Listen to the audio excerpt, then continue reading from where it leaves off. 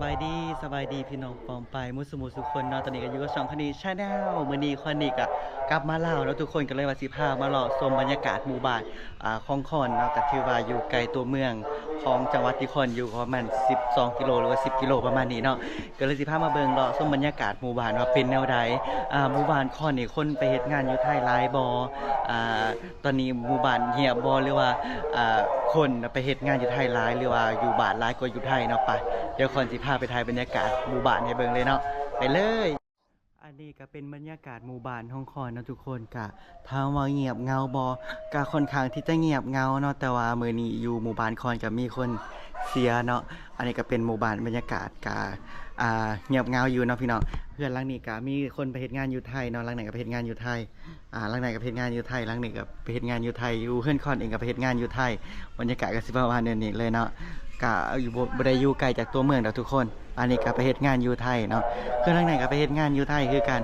นทางนี้ก็ไปเฮ็ดงานอยู่ไทยแล้วก็มีแต่พ่อกับแม่อยู่หั่นน่ะส่วนหลายเนาะกับผู้เฒ่าอยู่ผู้ใหญ่อยู่เนาะลูกเต้าก็ไปหาเงินอยู่ไทยเบิดส่วนหลายอันนี้ก็เป็นเฮือนป่าคอนเองเนาะหากันแล้วงานแต่งเอื้อยนี่เป็นหากันแล้วงานแต่งไปเดี๋ยวสิพาเลาะชมบรรยากาศเฮือนทางนี้ก็บ่มีคนอยู่เลยเนาะทุกคนเพราะว่าลูกเราก็ไปเฮ็ดงานอยู่ไทยแล้วแม่เราก็เสียแล้ว กับบ่มีคนอยู่นะกับมีแต่เฮือนหลังเหมือนใหญ่บ่มีคนอยู่เด้เบิ่งอันนี้เป็นบรรยากาศหมู่บ้านเนาะก็สิประมาณนี้ถ้ามาเงียบเงาบ่ถ้าเป็นช่วงกลางวันนี่เงียบเงาเนาะเพราะว่าพ่อแม่เขาเจ้าผู้ใหญ่เขาเจ้าออกไปให้ไปนาเบิดเลยเฮือนหลังนี้ก็ไปเฮ็ดงานอยู่ไทยแล้วนั่นก็มีลูกเนาะทุกคนแล้วก็ลูกเต้าเราก็ไปเฮ็ดงานอยู่ไทยมีแต่แม่เราอยู่เนาะกับหลานเด็กน้อยเนาะเขาเฮียนอันนี้ก็เฮ็ดงานอยู่ไทยเนาะกันให้พายายไปทางพุ่นก็เฮ็ดงานอยู่ไทยทุกคนส่วนหลายก็หมู่บ้านก็ไปเฮ็ดงานอยู่ไทยเบิดเลยเนาะ เพื่อนหลังนี้แล้วก็เฮ็ดงานอยู่ไทยนะทุกคนไปมีครอบครัวเนาะ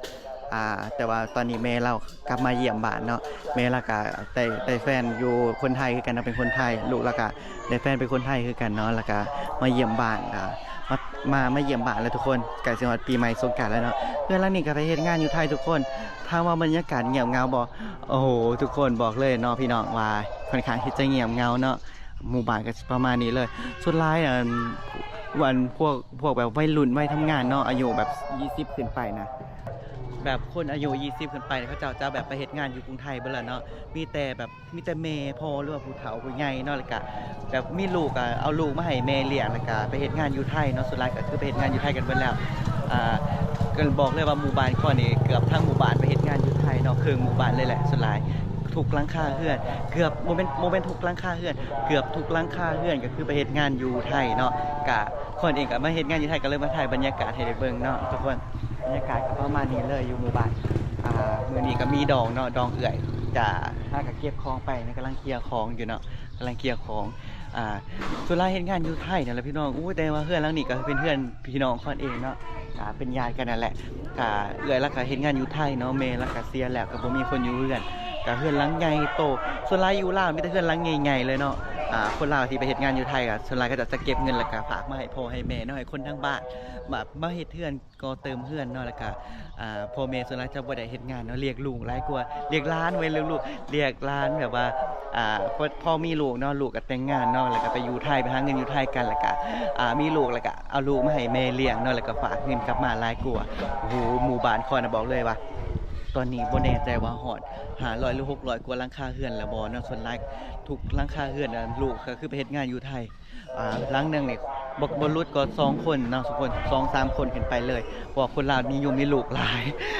ยลูกคนหนึงเนี่ยโอ๊ย3-4คนเนาะส่วนหลายเนาะบ่รุดก็2คนแต่เวลาเลี้ยงลูกใหญ่เขาจะกลับไปเฮ็ดงานอยู่ไทยกันคอนจะบ่ได้พาไปไกลเนาะทุกคนจะถ่ายแบบอยู่แถวคุมเขื่อนคอนเนาะบรรยากาศก็สิประมาณนี้เลยก็บ่วุ่นวายเนาะก็บ่วุ่นวายปานใดเพราะว่ามันก็บ่ค่อยมีงานเนาะต้องท่าช่วงเทศกาลเนาะคนลาวจะมากลับมาช่วงสงกรานต์เนาะแต่ว่ามื้อนี้ก็อาจสิมีเสียงปักกะเลอเนาะหรือว่าเสียงว่าวเสียงดังๆเนาะเพราะว่ามีคนมรณกรรมเนาะนี่เนาะทุกคนเดี๋ยวคอนสิพาเข้าไปชมบรรยากาศอยู่วันนี้นะอันนี้ก็ไปเฮ็ดงานอยู่ไทยคือกันเนาะโอ้บอกเลย เข้ามาได้หนีเฮือนหลังนี้ก็เป็นเฮือนบ่มีคนอยู่เนาะครับนี่อยู่นั่นแหละส่วนหลายก็เป็นเฮือนแม่เฒ่าแม่ย่าคนเองเนาะทางนี้นะเห็นบ่เฮือนมีแต่หลังใหญ่ๆเด้อย่างเข้ามานี่เขาเจ้าไปเฮ็ดงานอยู่ไทยเบิดเลยลูกเขาเจ้านี่เนาะเฮือนหลังนี้ก็เฮ็ดงานอยู่ไทยเฮ็ดงานอยู่ไทยเฮือนหลังนี้เราเฮ็ดงานอยู่ไทยนี่บ่เคยมาอยู่บ้านเลยเนาะมีแต่เก็บเงินมาเฮ็ดเฮือนไว้เห็นบ่หลังใหญ่โตเลย ส่วนหลายไปทางพุ่นกสิมีเนาะอันนี้ก็คล้องเนาะกันแล้วงานดองกะสิ6เมษก็กำลังมาเก็บอยู่แต่ว่าทางนี้เขาเจ้าบ่ได้ไปเฮ็ดงานอยู่ไทยนะทางนี้เนาะทางนี้บ่ได้เฮ็ดงานอยู่ไทยเขาเจ้าบ่มีคนอยู่นะแต่ว่าส่วนหลายเขาเจ้าเฮ็ดเทือนอันนี้เขาจะมีคนอยู่เนาะอันนี้ก็มีคนอยู่แต่ว่าบ่ได้ไปเฮ็ดงานอยู่ไทยเนาะฝั่งนี้เนาะแต่ว่าฝั่งทางไหนก็ไปเฮ็ดงานอยู่ไทยอยู่ลูกหลักอ่ะในหมอทางนั้นไปเฮ็ดงานอยู่ไทยบอกเลยว่าอันไปเฮ็ดงานอยู่ไทยหลายอยู่เนาะคนลาวนี่แม่นบ่คนลาวเฮ็ดงานอยู่ไทยหลายบ่จ้ะวะ ลาย เกือบทุกราคาเพื่อนบ่ อันนี้แล้ว มาเด้อคนไทยมาเห็นงานแล้วแบบดูในเด้อ เนาะอันนี้มาเก็บของบรรยากาศก็สิประมาณนี้เลยโอ้เห็นบ่คนลาวนิยมเนาะ แต่ว่าส่วนหลายอันมีแต่พ่อแม่อยู่เพื่อนเนาะ มีแต่ สาวแบบเมืองไทย อ๋อลูกสาวจากก็อยู่บ่ แม่นเลย อยู่เมืองไทยคือกัน แม่น อ๋อสาวเคือลุงนิ้งกับอยู่ไทยบ่ตอนนี้ แม่น โอ้ ก็จะคือสิหาเงินเก่งกันแล้วเนาะแล้วมาบ้านอยู่บ่บ่ทันเดี๋ยวมาแล้วมาอยู่จักปีล่ะ อันนี้นะ ลุงนิ้งไปอยู่จักปีลุงนิ้งเป็นลานจ้ะเนาะ แม่น เราไปอยู่จักปีล่ะ อายุนะ10ปลายปีมัน18หรือบ่จ๊ะ ไปอยู่2 ปีแล้ว โอ้ยหลายปี หลายปีละ ก็แม่งานหลานนะ อ๋อ แต่ว่าแม่เพิ่นที่จะไปอยู่หลายปีแล้วนะ โอ้ยหลายแม่ก็เฮ็ด อ๋อเห็นบอกเลยอันนี้ก็ไปเฮ็ดงานอยู่ไทยแล้วว่าลูกหลานก็ไปเฮ็ดงานอยู่ไทยคือการส่วนหลายเขาจะมักไปเฮ็ดงานอยู่ไทยแหล้วเนาะคนลาวเพราะว่าอยู่ไทยแบบสื่อสารกันรู้เรื่องอืมอันนี้เด้อันนี้เคยไปเฮ็ดงานอยู่ไทยอยู่บ่นี่เคยไปอยู่บ่เคยไปเฮ็ดงานอยู่ไทยอยู่บ่ เคย อยู่จักปี หาปี โอ้โหหาปีมาอยู่บ้านเนาะเลี้ยงลูกว่าตอนนี้ แม่ นี่เลี้ยงลูกโอเคฝากกดติดตาม2คนนี้เด้อบ๊ายบาย